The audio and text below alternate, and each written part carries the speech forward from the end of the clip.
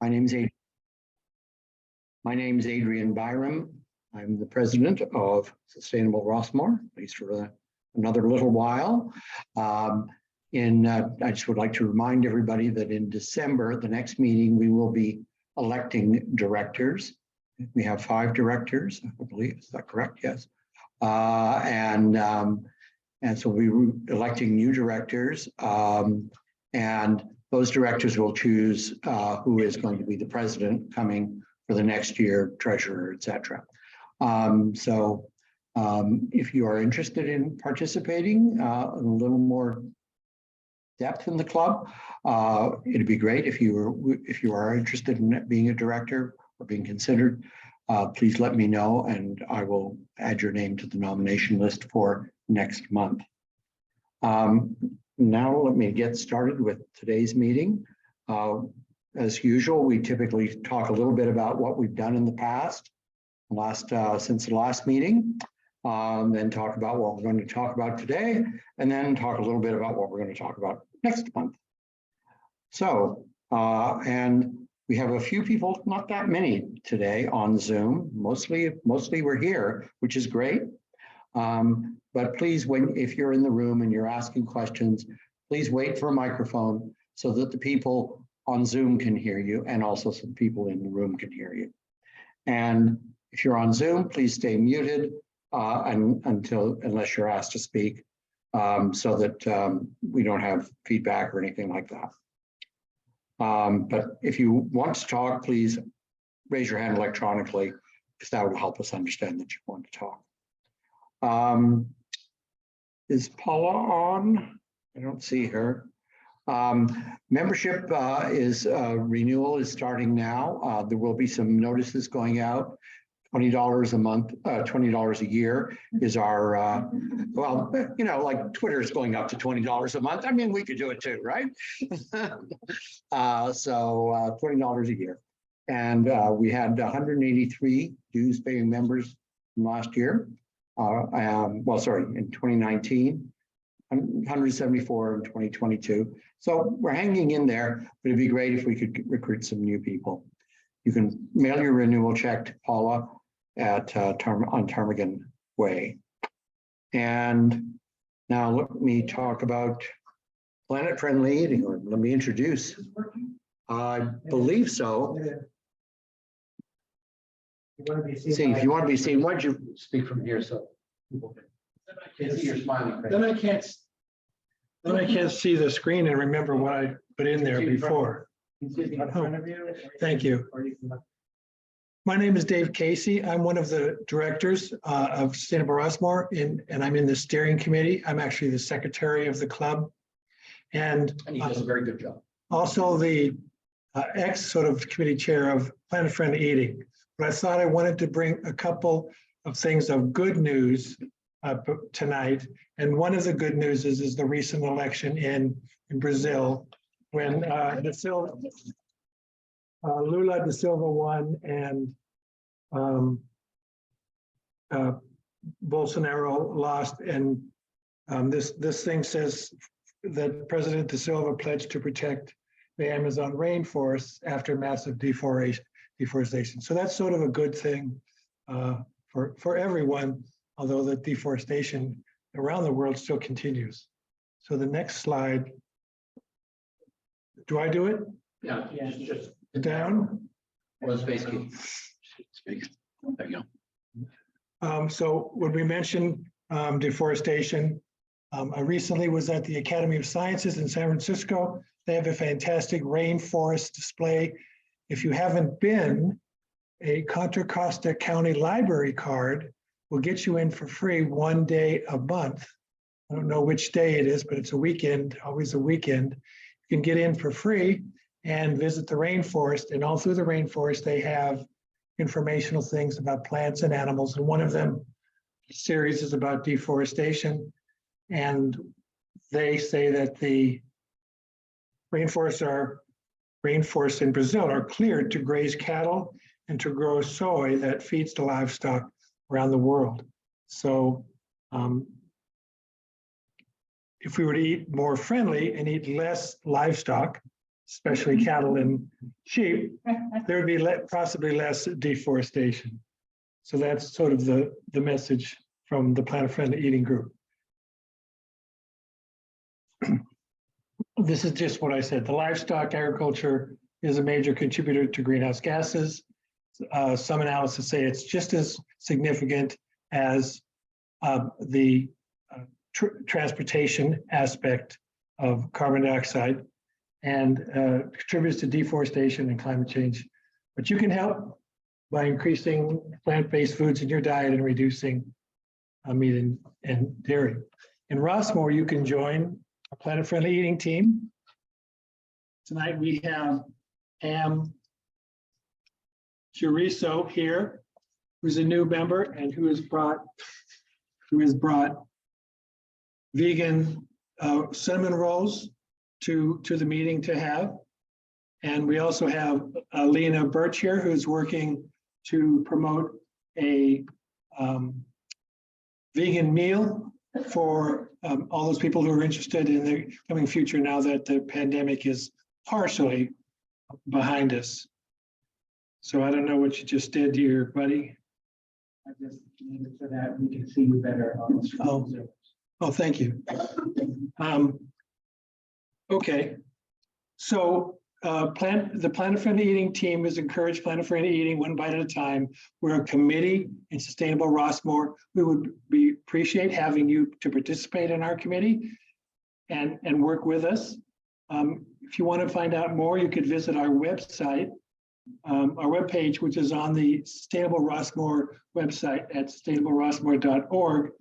And we also have an Instagram presence.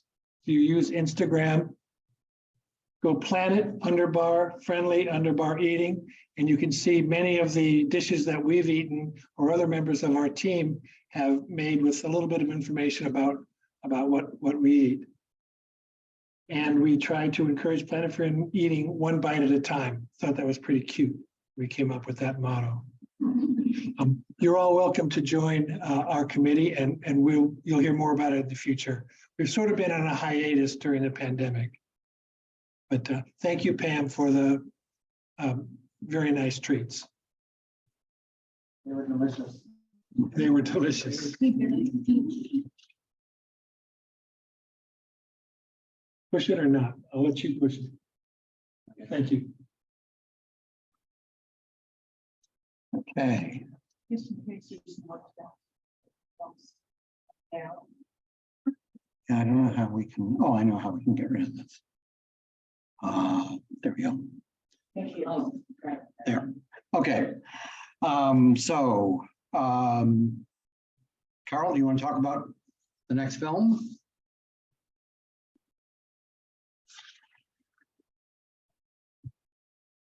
Is that okay? Why don't you stand here so people can see you? Oh, okay. But they're gonna see that. All right. No, they're seeing everything. Oh, I also want to acknowledge with Pam, thank you. And if you didn't know, this is International World Vegan Day, right? Yes, it's not just us who are celebrating, it's everybody. And you may remember that about 2 months ago or so, Pam brought a full display of all sorts of things. And I don't know if people appreciated that you were celebrating your 20th year of becoming a vegan. So Pam not only is into being vegan, she's into celebrating and sharing it. So thank you for that. If we could go back to how do we go back to the film? That's where I wanted to have a microphone, but I've got to do everything. There. I think that might work better.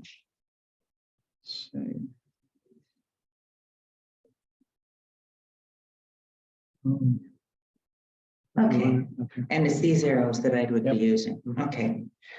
Yes, our film, not tomorrow night, but a week from tomorrow night. So always the second Wednesday of the month in Peacock Hall at 7 o'clock. This time we have a feature film. It's not a documentary, in other words. And it's a 4-time Academy Award nominee. You can read that for yourself.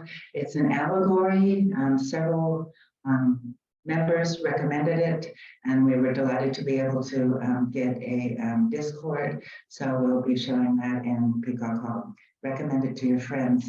It's a delightful way to look at another young person, since we're focusing on young people today, who rise to the challenges of their communities and helping them overcome adversity like rising tides and droughts and so on. It occurs in the movie, but it's not hit yourself over the head with climate change kind of film. It's more about, it's inspirational, I'll just say that.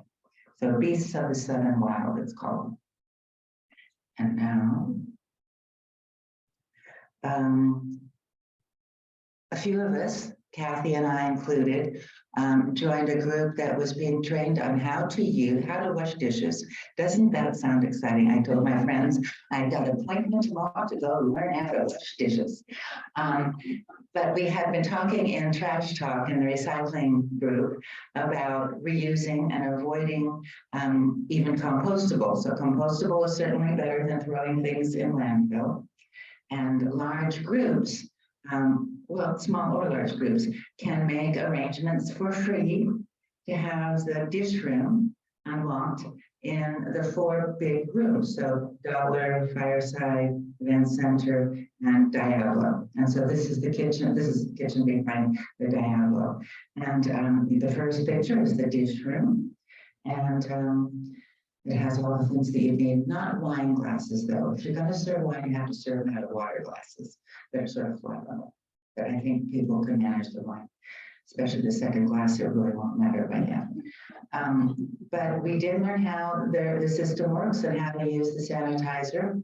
And our thought is that maybe at an event, we will do sort of an easy version, phase it in gradually and just use the glasses and see how that goes, because that would be easy just to wash some glasses and sanitize glasses. So we aren't sure when we'll do it, but you might be hearing more about washing dishes. And if it's a success, then we'll invite you to learn how to wash dishes too. We're switching to the EcoFest. I think many of you know that the club was a very generous supporter of the EcoFest again this year. I said supporter, I meant sponsor, a financial sponsor, and we also had a booth. And it was the tree planting and preservation committee that stepped up and did that. So you see the booth on the right with Peggy Pearson and Bob Haas, and some posters that were recycled. Isn't that good? Recycling posters from the dollar protest that we had back in April. And on the table there, which is also shared, you know, break and borrow. This is Marcia McLean's table we used.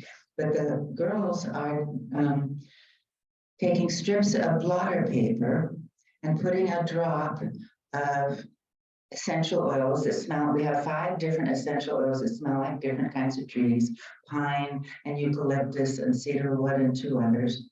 And if you want to, at the end of the meeting, they are back in the back. And I put the essential oils behind this poster because I didn't want anybody to use them until I warned you. They're very strong. So only use 1 drop and try to get it on the piece of paper, because if you get it on your finger or something else, you're going to be wearing it for a while. But that was a fun thing. We were encouraged as all the different booths. There were attended to be 27. I think there weren't quite that many as it evolved. But we wanted to have something interactive, and that was our interactive part. And then we were supposed to have something. Oh, the other interactive part you can't see, but we saw it. We did it. We did a practice run here with a tree, and we wrote little leaf messages and put it on the tree. We have a lot of pictures of that. There we go. So families and kids put messages on leaves. The little girl over there, I thought she was maybe a snowman, but then I decided she's a duck. There's a duck and a beak on top of her head. But she just wrote Naomi, and then she wrote plums on her message. So I think she has a plum tree at her house. But anyway, they really enjoyed it, and we had all sorts of different messages. And to make it really easy, we had posters that had 22 benefits of trees. So if they didn't think of their own benefit, they could look at the cheat sheet and come up with one of the 20. And I was really shocked. Lisa McCullough came up with a reference with 22 benefits of trees, and probably more than that exist. But if you think we were harming trees by giving away paper handouts, we had QR codes. The young people there, people younger than 60 that were there and having other booths, all were having QR codes for their handouts. So we made QR codes on our brochure. So we have a nice big poster there with the QR code on water-wise tree care. And you can get a PDF of that and take it home and share it with your landscape committee or whoever you want to. And then we also have a QR code for the 22 benefits of trees. So if you want to do that, or you can take a good old-fashioned piece of paper as a handout. So that's that part. Ooh, that went fast. Ooh, excuse me, I got a heavy hand. All right, shoot. I think I should just quit while I'm ahead. Somebody else gets the microphone now. Thank you, Carol. So, I'm Brian. I often host the Zoom, and I go renaming people's names so that the Zoomers can see who's actually talking. But it's going to stay Carol B because I'm no longer near my computer. But I'm going to talk about the future of water. But I do want to mention a logistical thing. Usually we have some of these reports at the end of the meeting instead of at the beginning. And the reason why we switched it around is because one of our speakers had a midterm that she was taking, and she didn't know when she'd be here. Well, it turns out, great girl that she is, she finished early, and so she was able to get here on time. So I'm happy, if it's okay with our president, to change the order and talk about the future of water afterwards so that we have enough time for our speakers. So I'm going to move this down. Carol, you were being prescient when you put your heavy hand here. And I'm going to turn it back over to Amanda to handle this part of the presentation. Thank you, Barry. My name is Amanda Casey. I am the treasurer of Sustainable Rossmoor, so I can speak to getting involved with the steering committee and being part of the leadership. So please do contact Adrian if you're interested. Tonight's topic is climate youth activists and how are we going to develop future climate leaders. We've done a lot of talking about politics and how important it is. Maybe I'm getting feedback. How important it is to have appropriate leaders in place. So we will be learning today about things that young people are doing to prepare themselves for leadership. We're going to have some opening statements from our local youth activist panelists, Alexi Lindemann and Caitlin Roach. Then we're going to have a discussion with our panelists. You'll have a chance to talk about, ask questions to them, and then we'll have a wrap up. So Sustainable Rossmoor and youth activism. This is the first time that I heard about youth activists at a 2019 meeting. I know Brad Waite showed a photo of this young woman, and at the time I didn't know her. And Brad said, you know, the future of Sustainable Rossmoor is to make sure that we support young people in the fight for climate change, in our fight against climate change. And that our role in Sustainable Rossmoor as elders, I'm going to have us as elders, is to support youth activism and to encourage their growth as leaders. I have some quotes, but I can't, from, what's her name? I'm having Greta Thunberg.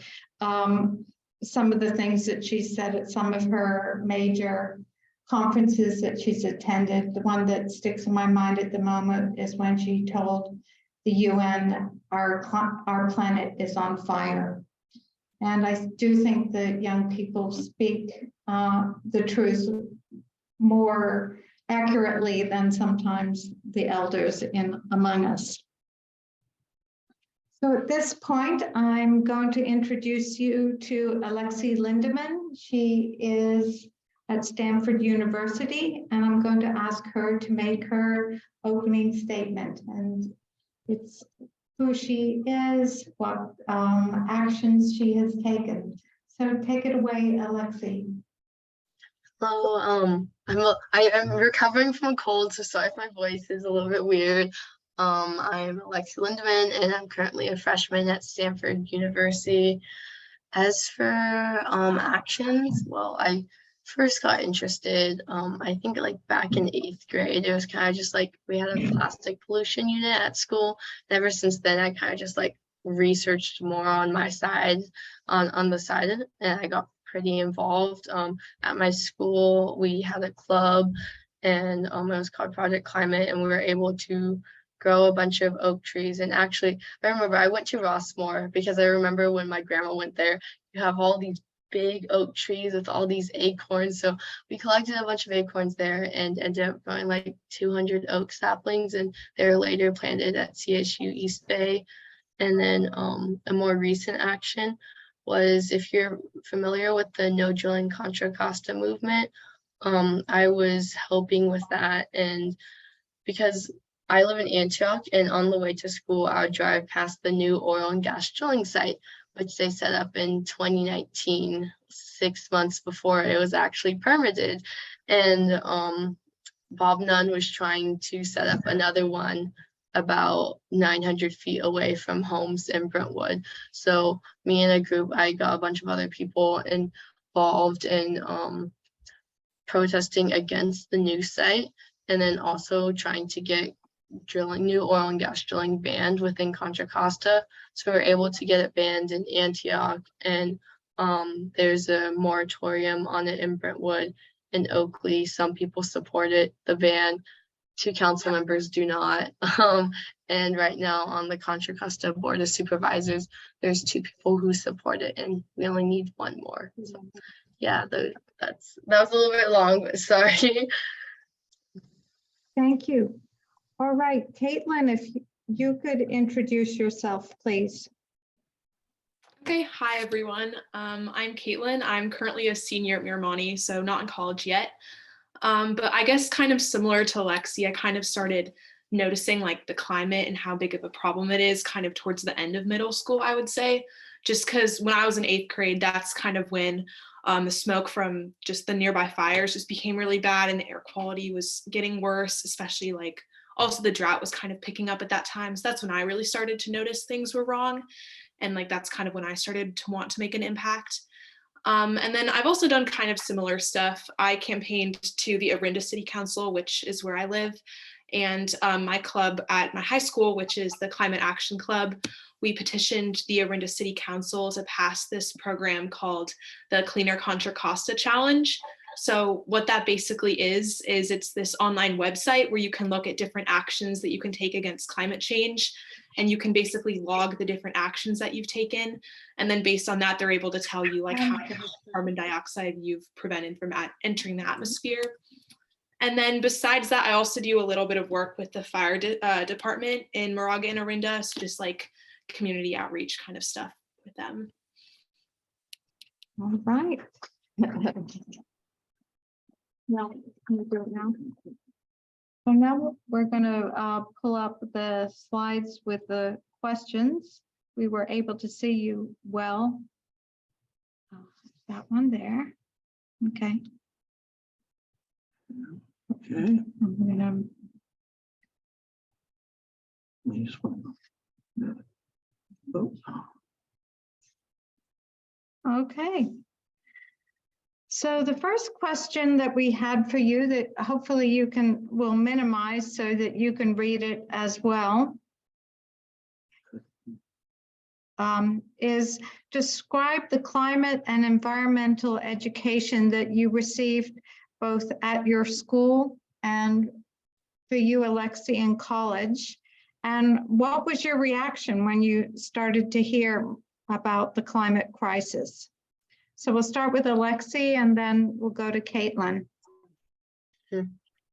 Well, I've only been in college for about like 6 weeks, and I really think it depends on what class you're taking is how you're going to get your environmental and climate curriculum. So if you're just taking like all CS classes and math classes or classes that don't relate to climate and environment, you aren't going to hear anything. But if you are, like I am, then you will hear a lot of things about it. And I specifically signed up for a 1-unit seminar. So every week I can hear from a different speaker about different issues that are going on and just kind of further my knowledge about it. And most of my education was within high school. But again, you kind of have to go out on your own within I think it was my chemistry class. They had like a quarter that we just learned about climate change. And then in 8th grade, we had a quarter where we learned about plastic pollution. But besides that, if you didn't sign up for like environmental science, you wouldn't really hear anything. It would just kind of be like what you hear on social media or just around you in the news or from friends and people like that. And were you alarmed by the things that you learned? Very, very alarming. It was like really shocking because we live kind of in an environment where it's more controlled. Like we aren't in Bangladesh where there's like a lot of floods. I mean, we see the forest fires, and that was like really upfront in our phase through like 2018 to 2022 and onwards. But besides that, and you hear about the drought, it's kind of like there's water always coming out of the tap. You can go inside, you can turn on air conditioning. You don't see where all the trash goes from your trash can. You don't really see a lot of the effects until it's like an effect that you literally cannot control. So I was pretty alarmed when hearing about climate information and other environmental problems. All right. And are you taking some classes now in the environment? What are those classes? Yeah, I'm taking 2. I'm taking just the same one class, and that's where there's a guest speaker every week. So I think 2 weeks from now, we're going to have the founder of Impossible Foods, which I'm really excited for. And then there's some other examples, a speaker about like law and the Colorado River, and they talked about how there's just a huge, massive drought going on right now, and how Lake Mead, it's so low that within like 2 years, if we don't change our water usage within the Colorado River, like the electricity that's being produced at Lake Mead, just it won't work because there's not enough water in there. And just other talks like that. I also am in like an environmental justice class, and we have people within the class, they're presenting. It's like from all sorts of levels. So it's like freshmen all the way up to grad school, and people just like present a thesis that they're working on for grad school or like a topic that they're interested in. We can just kind of discuss about that and give feedback or get feedback. So those are 2 classes. All right, we'll have to have you back when you've completed a few more years, a couple more years. When you got your PhD. So, Caitlin, how about you? What classes have you taken at school? Yeah, so before this year, I didn't really do a lot of environmental classes, but this year I'm in AP Biology, but then also AP Environmental Science. And I think those classes are really good at just bringing environmental curriculum, because it's pretty much every day I'm learning about kind of climate change in the environment, but also kind of just like echoing what Alexi said, it's definitely based on the schedule that you're taking. But the good thing is that like at my school, AP Environmental Science has kind of gotten a reputation as being a really good class. So most of my friends have taken it, and then I'm taking it now. And I think like the school is doing a pretty good job at integrating the curriculum. And then I think another important part is just we have a lot of sustainable groups and just clubs on campus. So I think that also helps just spreading awareness, even if you're not necessarily in these classes. All right. You get to do the next question. Where else have you heard about climate change? You know, what are your sources? Oh, okay. So just starting off, a lot of what I've kind of learned about climate change before this year, I've been trying to do some like research over the summer. So this past summer, I was actually at the University of Iowa, and I was doing research in environmental engineering there. So the project that I was working on, I was growing different plants in the lab. And then I was kind of spiking the medium where the plants are growing with different contaminants that you would normally find in the environment. And then with the experiment that I was carrying out, I was just testing to see how quickly the plants would respond to the different contaminants and if they'd be able to kind of take them out of the water that they were growing in. And then just based on that, kind of trying to determine the environmental concerns. So yeah, I guess just research is one big part of it.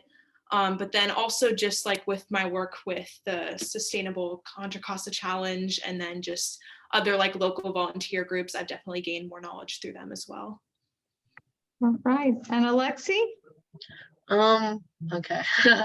Well, I went down a rabbit hole my sophomore year. I just part of that was because COVID happened and I had a lot more time on my hand, and I would it was like first just a bunch of general research. Like I would learn about like ocean acidification after learning about climate change. I was like, what's that? And I would look into that, and just so many things just connected between each other, and I would just learn a lot by general research. And then I also got into a habit of either listening or watching to like PBS news documentaries. During COVID, I was building something outside at that time, so I just kind of like put it on, listen to it, and it would be in front of me. This was when I was doing like the tree, so I had like a lot of cutting, because we would take milk cartons and cut them and put the tree inside and keep on growing it that way. So I had a lot of time to watch documentaries there. I found the audiobooks because I didn't have as much time to read, so I just listened to audiobooks a lot. I really like The Story of More, The Omnivore's Dilemma. There's a couple other, The Secret Life of Trees. Those are all pretty good, and I enjoyed those. And then, of course, I was also in Sustainable Leaders in Action, which was a club that used the Cleaner Contra Costa Challenge a lot, so I could look on that. And when I was writing for their newsletter, it would be like a lot of research for a specific topic, and I would be able to write about it. So kind of just whatever. All right.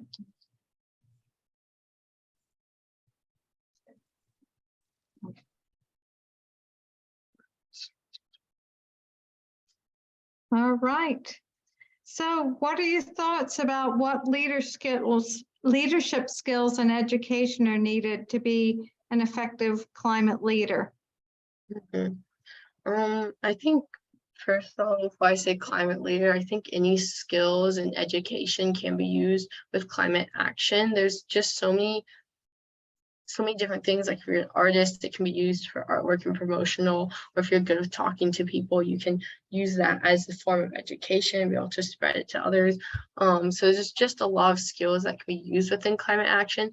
And as for a climate leader, I think again, it's very variable, but some things that I'm thinking of is someone who's kind of like a connector, someone who recognizes what abilities are really good within every single individual and can apply those for an action or for the job that's needed to be done. So being able to bring a group together. And then also just someone who can, when they're bringing the group together, keep up the optimism, keep up the energy, be realistic about it, be able to listen to everyone in the group and bring their ideas together. Yeah, Caitlin, anything to add on? Yeah, I mean, I agree. I mean, the first thing that kind of came to my mind was just you really need to be comfortable just being outspoken and using your voice because you can't really make a lot of progress as an individual. You kind of need to have the support of the community behind you in order to make sufficient progress in terms of climate change. So I definitely think like that's something to just add on. But then also just like, I guess any leader in general just has to be pretty passionate about what they're advocating for, because you really have to just convince people that climate change is a problem and actually convince people that there is a reason to act. And also just like through my experience in city council, I think that like having passion and having desire to actually make an impact and like wanting to make change, that basically stands out more than pretty much anything else, just kind of showing like the human side of you and realizing that climate change is a huge problem that needs to be solved. Right. How about role models and mentors? Who do you aspire to be like, and who do you have mentoring you along the way? Okay, just starting, I guess my biggest role model is my mom, I guess. Like she's not really in environmental engineering or any of that, but just like I really admire her work ethic and she just inspires me to just push as far as I can. And when I kind of started with like the climate action work that I'm doing now, I definitely faced a few setbacks just trying to get support of my community. And she definitely just encouraged me to like keep pursuing what I was really passionate about. So that was one thing that really helped me. And then also just like coming from a community and like a school where there are so many climate leaders, I think just some of the people at my school who've already graduated by now, but they were definitely kind of role models, is something that I kind of wanted to aspire to from when I started in high school. All right. Alexi? I definitely agree with parents. They were very helpful as mentors / role models. Especially like as I was growing up and kind of really trying to, I was like, why are people like more stressed about climate change? And I was just like really confused, and they're trying to get me to like see the other sides and just understand like not everyone is passionate as this issue as you are. So that helped a lot. As for a specific role model, I always think back to Harriet Tubman. Just kind of like she rose up and was able to free herself, and then after that she wasn't just done. She came back and kept on helping her friends and her family, and I think that determination, that dedication is something I really admire and aspire to have. And as for mentors, Shoshana Wexler, she helped me a lot, and I learned a lot with the No Drilling Contra Costa campaign from her, because it was a really big activism issue, and I didn't have as much knowledge as she did. So she would just be on Zoom calls all the time. We'd go over things. She would give me updates. She helped me plan rallies and things like that. So yeah. It sounds like you're both really well connected with adults who are doing things. I think maybe I'll jump to, I don't know what time it is at the moment. I'm going to at this point ask, oh, we've got good, okay. Yep. All righty, so campus and community groups, that you've touched on some of them. Do you want to go ahead on this one, Alexi? So the school club that I was in, we just did kind of like more simpler actions at our school, trying to get people to walk to school, and then tree plantings, picking up trash.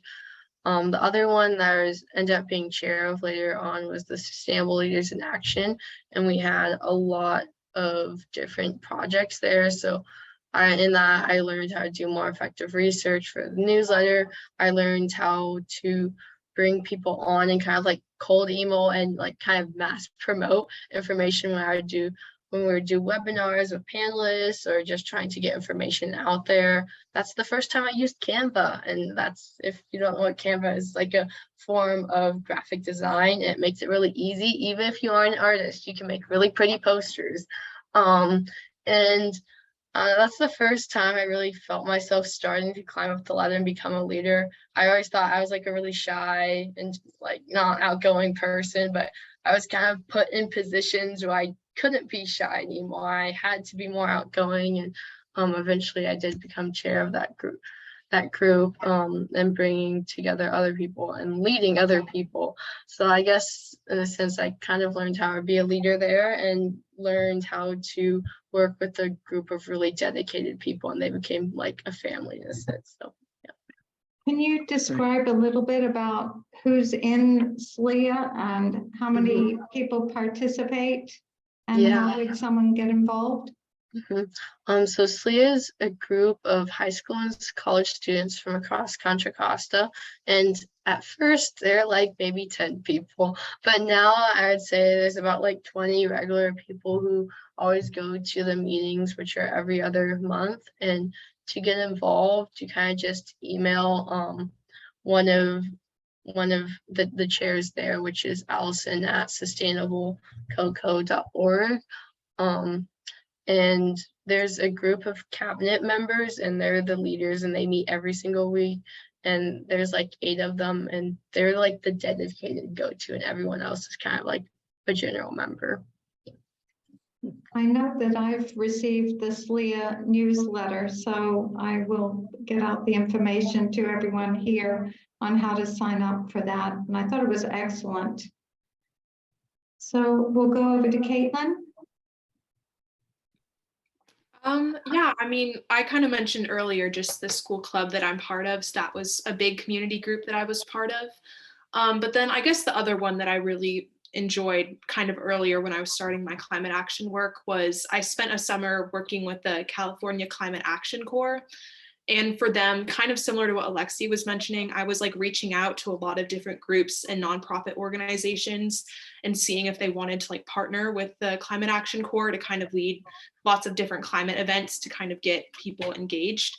And I guess kind of similar to what she was saying, that definitely helped me like speak out and use my voice more, because I definitely had to reach out to people that I probably normally would not talk to. And it was just a really good experience to just kind of push myself outside of my comfort zone. And that just kind of made me realize just how many different groups are advocating for climate action, and just how possible that there is going to be a solution just if everyone kind of works together. All right. And question 6. Okay. 6. Okay, there we go. So here's a tough one for you, and we'll start with you, Caitlin. This is where do you see yourself in the next 5 to 10 years, and what will be happening? Wow, that is a tough question. I mean, for me personally, just short term, I'm applying to colleges right now, and I'm thinking about majoring in environmental engineering just because I really like the stuff that I've done with that so far. So that's where I see myself really soon. But then like just aside from that, I really hope that the country in general just sees more policy changes start to be happening. I think we're kind of going in the right direction already, but I definitely feel like a lot of the carbon emissions right now are coming from like these large companies and industrial producers. So we really do need like large environmental policies that are gonna limit these emissions, and hopefully that kind of pushes us to the right track. But then also I think like hopefully in the next 5 to 10 years, I guess, that just individuals kind of change their own mindset, because obviously like climate change has been exacerbated over the last couple of years. And I think when people really start to realize that this can't really be reversed and we have to stop it right now, I think hopefully that's going to change people's mindsets, and then more people are going to be in support of just advocating for change. All right, let me get to going the wrong way. I'll just Go ahead, please go ahead, Alexi. I'm so happy to hear another environmental engineer interest out there, because I'm also thinking of majoring in that. So 5 years from now, I will have hopefully gotten a master's degree from Stanford with environmental engineering, or I'm not sure which one, chemical engineering or energy resource engineering, one of the 3. But after that, I don't quite know. There's a lot of opportunities, and there's a lot that I haven't explored yet, like within high school. It's kind of like the grind of the certain classes that they give you for general requirements, and you don't get a lot of time to explore within a specific field. So I'm hoping I'll be able to explore that. now, but I know right now I'm either interested in water or agricultural systems, agricultural in particular, just because of how many resources go to agriculture and how much that can be saved, as in like 50% of the 50% of the land on earth, like the farmable land on earth, is used for agriculture. And then within that 50%, it's like 80% is for husbandry or livestock agricultural, and that 80% only feeds like 20% of people. And then there's also a lot of food waste. I think about like 1/3 of food is wasted due to like transportation or harvesting and in general. And then water, there's of course a water crisis going on.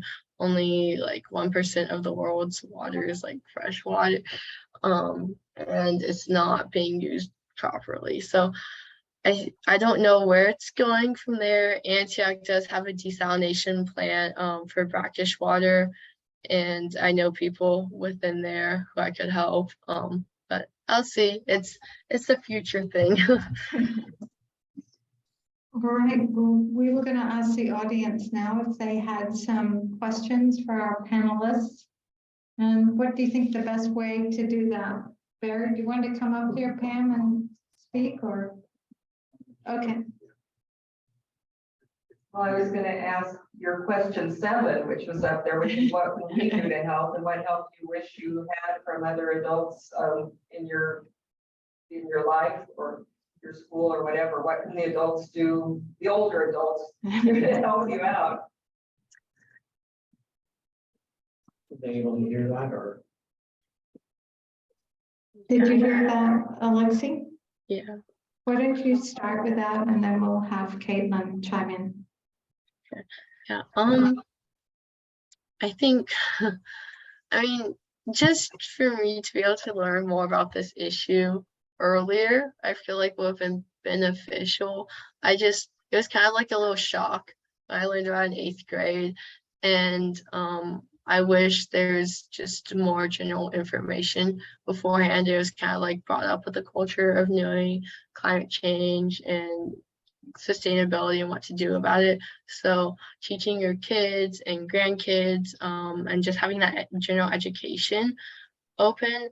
And then also for adults, voting is so important. There's a lot of policies that need to be made for regulations, for clean energy sources, for regulations on companies, all that. So voting is important. And then putting like just daily habits in general and spreading that to your family and friends. So more plant-based foods in general, eating lower down the carbon food chain, saving water, whether that's through landscaping, changing it to drip landscaping, or just like using more drought tolerant plants, investing money in more sustainable sources, and also like cutting down on consumer things. Yeah, so very, very different things. Caitlin? Yeah, I mean, I would have to agree with everything you just said. I guess also what you were saying about the whole education thing, I definitely feel like learning about climate change a lot earlier would have been great, because I guess the way that I realized that everything was definitely needed some change was when I started to see the impacts firsthand, and that definitely kind of felt like a reality check. So I feel like learning about this a lot earlier and then just kind of enforcing that mindset for the future generation that change needs to happen. But then also just like, I guess it would be beneficial for just adults in general to just research ways that they can implement sustainable actions in everyday life. And it doesn't really seem like a lot, but even just participating in like different patterns, I guess, to promote sustainable actions, that can still make a difference. And then also just like if you can like use your voice in any way possible, like sign petitions for environmental policies, vote, pretty much anything helps. Like I know when I was presenting to the city council, sometimes there were, for some of the initiatives I was doing, we had petitions that we were trying to circulate. So just getting as many signatures as possible and just letting leadership figures know that actual populations of people support these initiatives is really important. Any questions? No. Okay.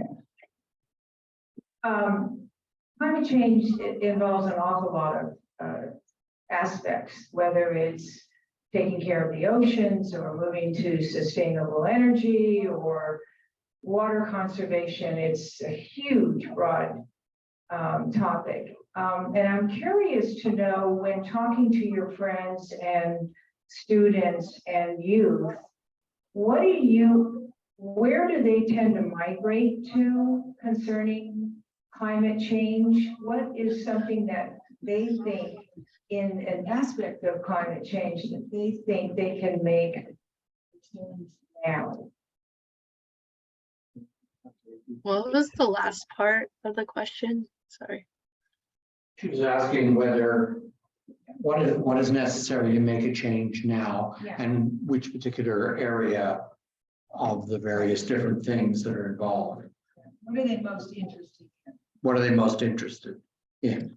Your friends, your colleagues. I know my friends are, or Caitlin, do you want to go first? So. Yeah, I guess I can start pretty quickly. I guess just me and the people that are in my club, a lot of us are kind of interested in the whole renewable energy sources as opposed to fossil fuels. Because one of the first things we were kind of petitioning for was to switch from PG&E, which uses a lot of non-renewable sources, to like a different alternative energy provider. And what we did with that, it didn't eventually work. Like we didn't get enough support to pass that kind of initiative. But I guess like people my age, or at least the people I've talked to, a lot of times when we think of climate change and what we can actually do about it, I guess the first thing that normally pops into people's minds is renewable sources, because honestly, like we use electricity and fossil fuels and gas and pretty much just every aspect of our life. And that's definitely like the easiest thing to notice of something that we could change. Yeah, I definitely agree. From my peers, they want to focus on energy, and I think part of the reason is just more of an easy message to bring across. Like, oh, you gotta switch one electricity to a different type of electricity. It's not going to have, or sorry, different source of electricity, and it's not going to have too much of an impact on people's lives. Like, you can still turn on the light, and the light will still work the same, whether it's energy derived from fossil fuels or it's energy derived from the sun. But on the contrary, I don't agree with that. Like, I think there's a lot of different ways that there can be solutions. And energy is definitely one of them. I'm always have been a more stronger advocate for agricultural systems, as there's a lot that needs to change with them. And I think that one of the ways that, like, as I mentioned before, is just changing, eating or using more sustainable food sources in general, because there's a massive amount of water and energy and land and nitrogen and all sorts of things being poured into crops that are being fed to animals, which then they only like take 10% of the energy from, or it's concentrated down. So just there's a lot of energy lost within that system. And I feel like there's ways that people can change their lives, not too much with food. So I know it's like a lot of lifestyle changes, and I think people are scared of that in a way, or they're just not willing to change their life. But ultimately with climate change, like a lot of things will need to change more than just like one source of electricity. And I mean, that's evident. There's a lot of changes that are going around and are voiced that need to be changed. All right. Okay, additional questions, Dave?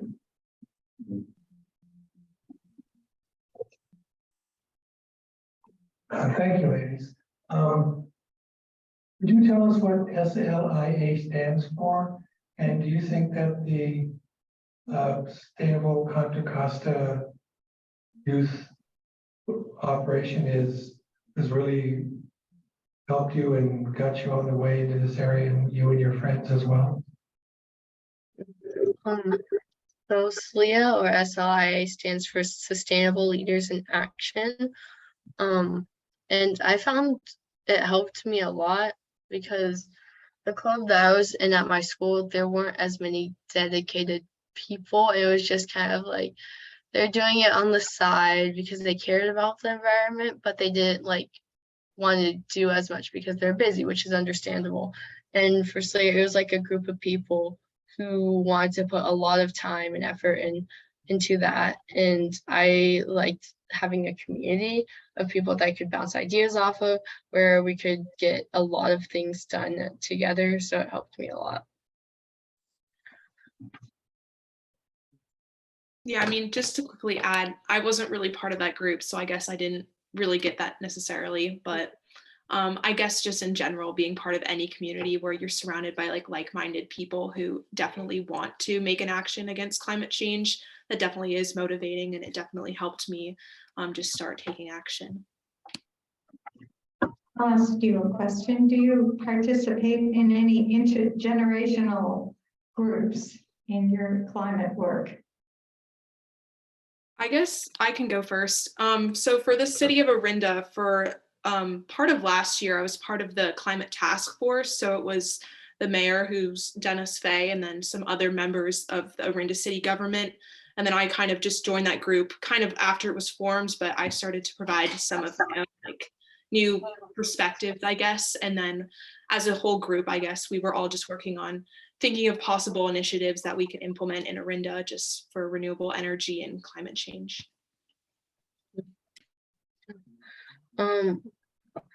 I think the No Drilling Contra Costa campaign had intergenerational supporters, and I was on meetings with like people from all over the place, just because I was trying to bring together a bunch of groups to help with that effort.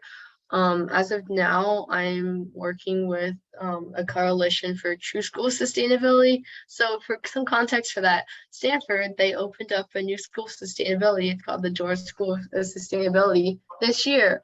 But it's also has investments by fossil fuel companies. So they're investing in there. And because they're investing in there, there's certain research that can be used to further fossil fuel exploration and kind of shift things their way. So even if they're making like an investment, a small investment to like a school of sustainability, the research that's done at that school can be used to extract more fossil fuels and give them a lot more money back. Anyways, so this group is pretty active, and there's a lot of graduate students. There's a lot of alumni. There's not so many undergrads, but when there's rallies, there's all sorts of people in there. So it's really interesting, and it's really informative to be in that setting, because I've never been in quite a setting like that before. And they're like throwing all these ideas. And actually on November 3rd, we have an action, and it's because there's an energy forum going on at Stanford, and it happens every single year. So there's speakers who are talking about sustainability and climate and clean energy sources. And then there's also the CEO of ExxonMobil speaking. Make it make sense.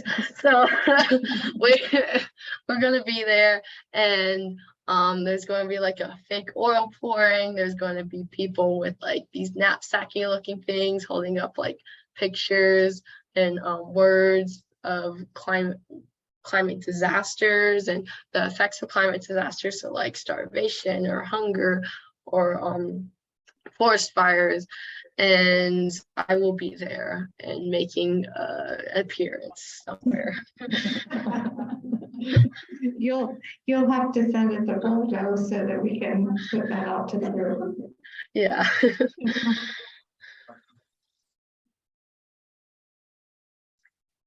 Hi, I have a question. It's actually for Alexi. I understand that in your climate careers chat, a favorite initiative you did was Operation Green Mission Possible, which was a 3-week summer program teaching elementary students the importance of sustainability and how to practice it.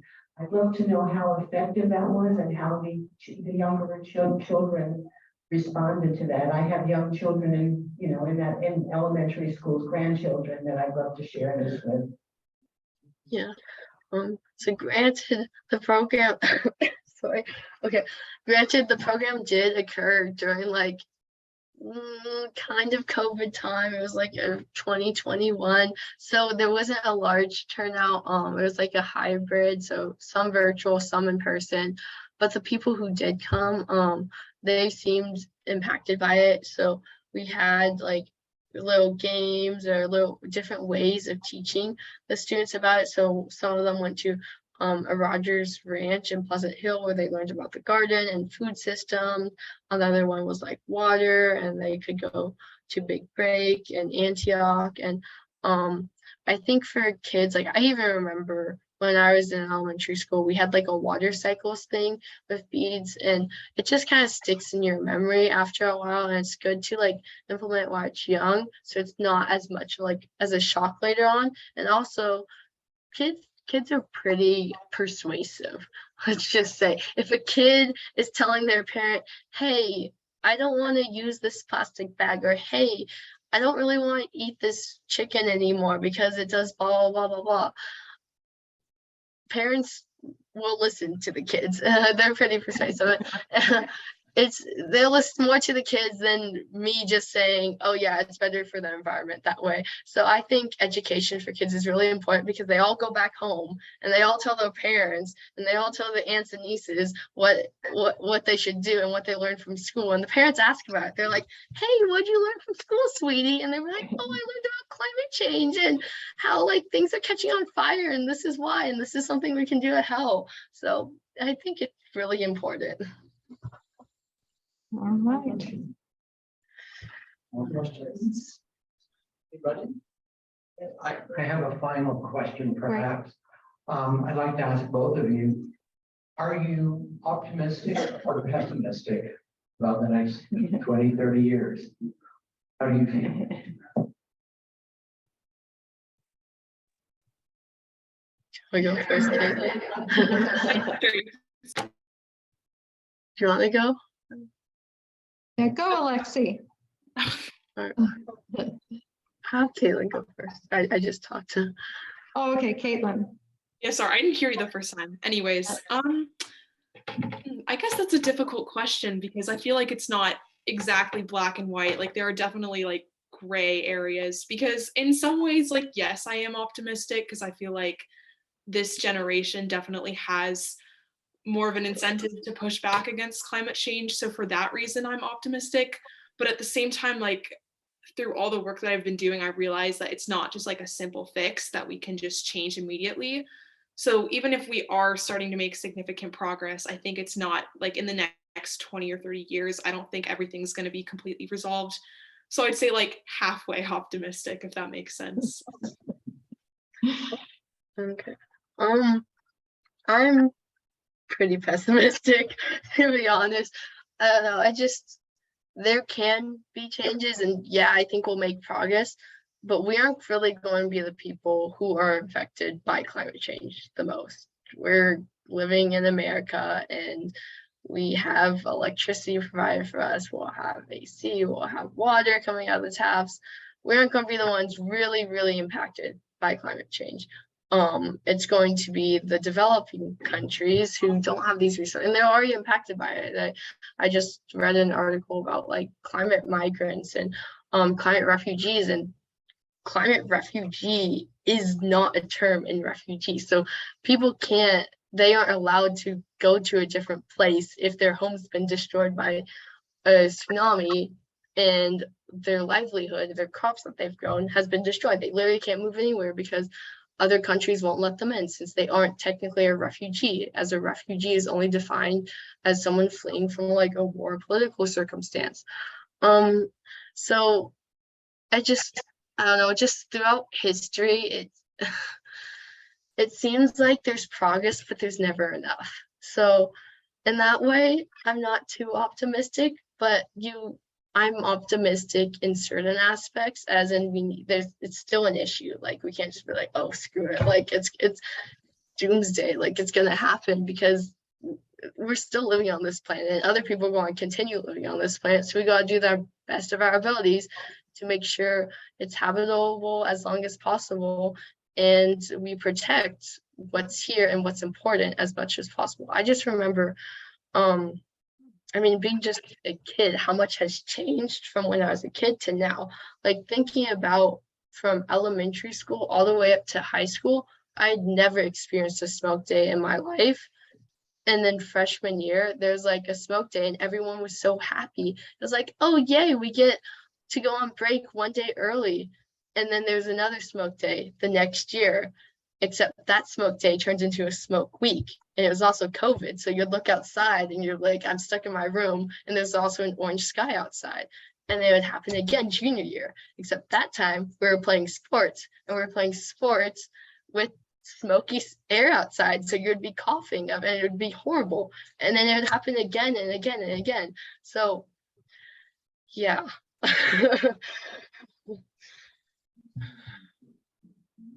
Alexi, do you have a tough question for Adrian after he asked you that tough one? Any questions for us that you might have? I don't know, I guess, how do you guys feel about the future?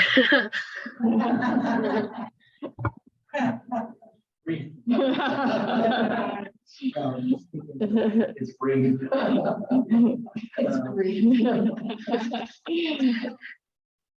Well, I must say that I'm so impressed by both of your commitment to doing this work and getting involved. It has just been, it's been very wonderful to have you with us tonight. And I thank you so much for being here and sharing with us your commitment and your enthusiasm for dealing with these problems that are going to be with us for, yes, you're right, for the next 50, 100 years. But hopefully we will get through this. Thank you.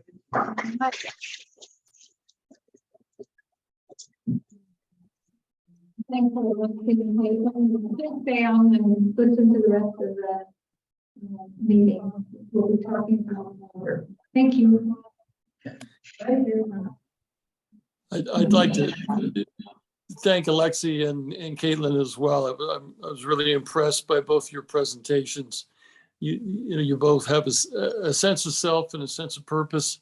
It's got to be scary in some ways to come into a population that you're not all the time interacting with.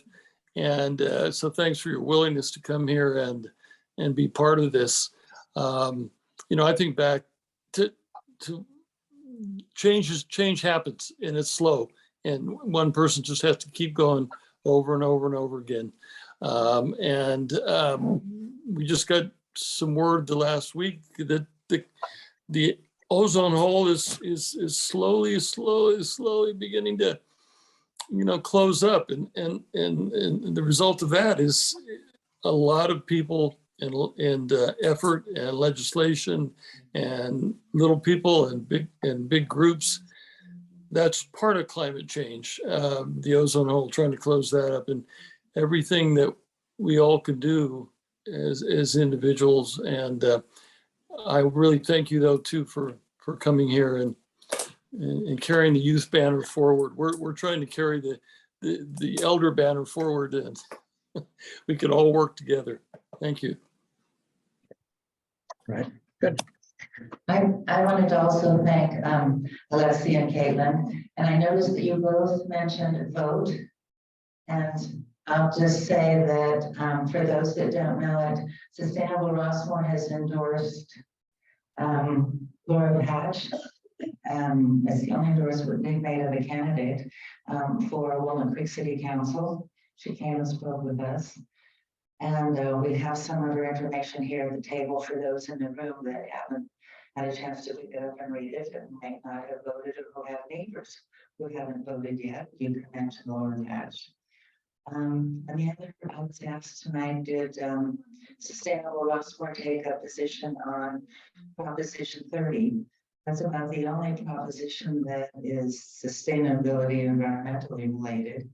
And that's the one where we can tax people that have $2 million or more income and to have it support EV infrastructure and EVs for low income people.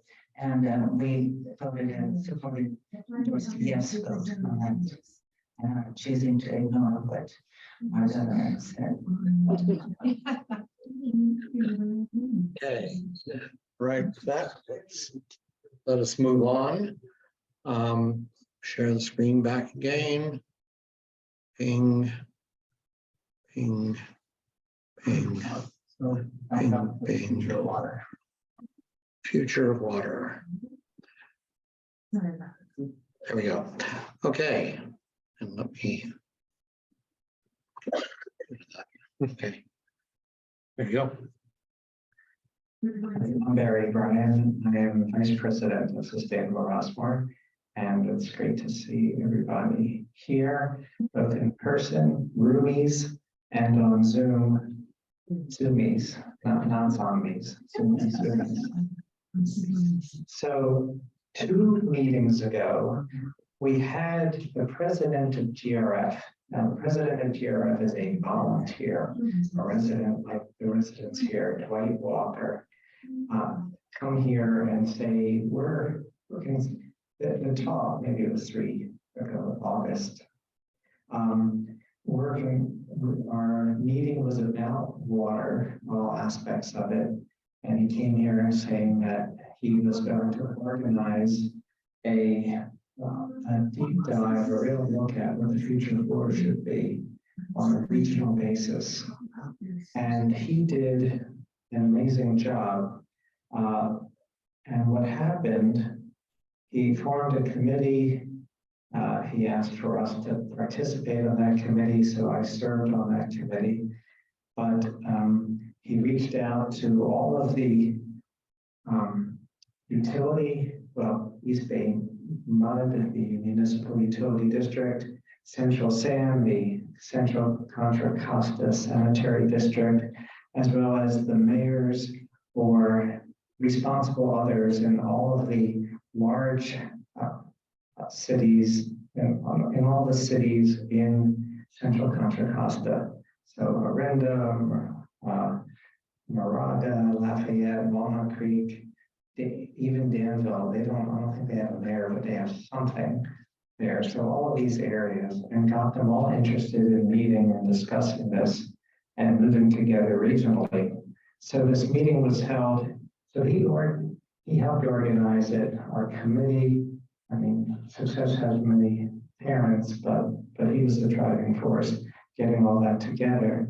This was the first public manifestation of that organization, a town hall on the future of water. And these fancy slides were made by people in Central SAM. That's the short name for the Central Contra Costa County Sanitary District. And it was on the future of water. These were the speakers.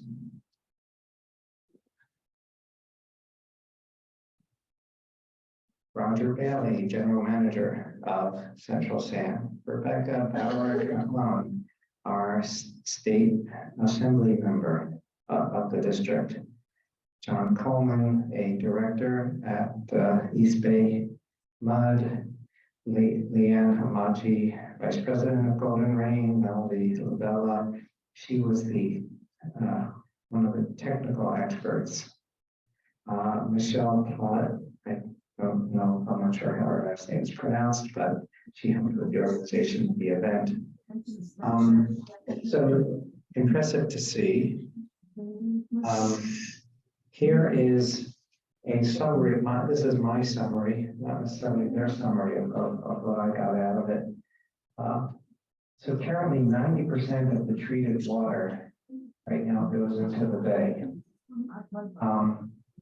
And if you look at, someone is unmuted, and unfortunately I can't mute them because I'm speaking. But, anyway, if you could please mute yourself, that'd be good. But in contrast, in LA, all the water is recycled. Nothing goes into the bay. They have too many people and too little water. And they have learned to take recycled water and they treat it to passing potable water standards. And it goes back into the reservoirs, back into the aquifer, and they reuse it all. so nothing goes to waste. But we're not at that point yet. But it looks like the most cost-effective solution going forward would be to treat more wastewater up to potable water standards. It sounds simple, but they explained how 20 years ago, when they were trying to do that in central Contra Costa County, there were public opposition to this. There was what they termed a gang of five that was providing various bits of misinformation that their kids would get AIDS if they played on the lawns where this recycled water was being used. And so as a result, the initiative 20 years ago to have purple pipe in Central Costa County was voted down. At the time, it wouldn't have cost us anything then. Now it's too expensive to do. But we did have the opportunity, but we let our emotions get ahead of us, or our misinformation get ahead of us. So now they're looking at treating wastewater to potable water standards. The big advantage being that you don't have to pay for a separate distribution system. It's the same distribution system, so that tends to make it more economical. But there's also the fact that as they look into the future, we're going to have fewer rains and they're going to be more intense. They talk about air rivers now, and that having many inches at a time. And so it's going to require an upgrade of our reservoirs to contain these future more intense rains. So that's something that they also see needing to be done. And interestingly, and I'll have to follow up on this, John Coleman, who was one of the directors of East Bay Mud, he said he understands that our satellite water recycling facility has been put on hold, and he's wondering why. He thinks that we need it. Well, if he thinks we need it, then it's worth talking to him and understanding. But the important thing here is that there are plans. There is a sense of wanting to go forward collectively, and so I'm feeling a little better about the future, but at least in regard to water. So that's summary. Thank you.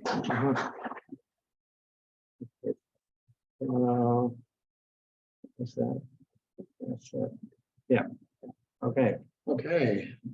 So our next meeting will be the first Tuesday, as always, the first Tuesday in December. And we will be live here in person. Hopefully, we'll see all of your smiling faces. And we'll undoubtedly have some treats and some sustainable wines and one thing and another to have a little social time beforehand. We'll also do it as a hybrid, so because there are people who find that more comfortable. Speaker, TBA, actually it's no longer TBA. We will be doing an interview with Rebecca Bauer-Kahan, our representative in the California Assembly. Carol Weed and I will be interviewing her, and we will be playing that as part of our meeting next time. And we will also be having elections for directors, as I mentioned earlier. And other than that, I'm look forward to seeing everybody in a month from now. Thank you.